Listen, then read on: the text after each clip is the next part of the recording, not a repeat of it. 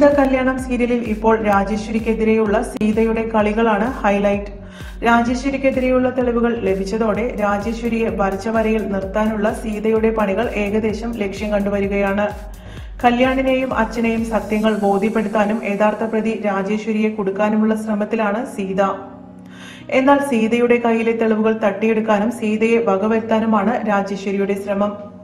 സ്വാതിയും സീതയും പരസ്പരം അകന്നു എന്ന ആശ്വാസത്തിലിരുന്ന രാജേശ്വരിക്ക് തിരിച്ചടിയായിരുന്നു ഇരുവരും ഒന്നിച്ചുള്ള നാടകം.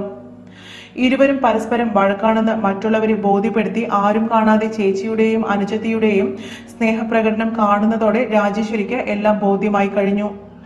ഇതോടെ സീതയെ കൊടുക്കാൻ സ്വാതിയെ തട്ടിക്കൊണ്ടുപോകാൻ ഗുണ്ടകളെ ഏർപ്പാടാക്കുകയാണ് രാജേശ്വരി.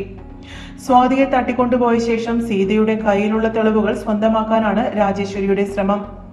രാജേശ്വരിയുടെ ശ്രമം നടക്കുമോ ഇല്ലയോ എന്ന് കാത്തിരുന്നറിയാം. വീഡിയോ ഇഷ്ടമായെങ്കിൽ ലൈക്ക് ചെയ്യുക. കൂടുതൽ സീരിയൽ ലോകത്തെ വാർത്തകളും വിശേഷങ്ങളും അറിയാൻ ഈ ചാനൽ സബ്സ്ക്രൈബ് ചെയ്യുക. നന്ദി.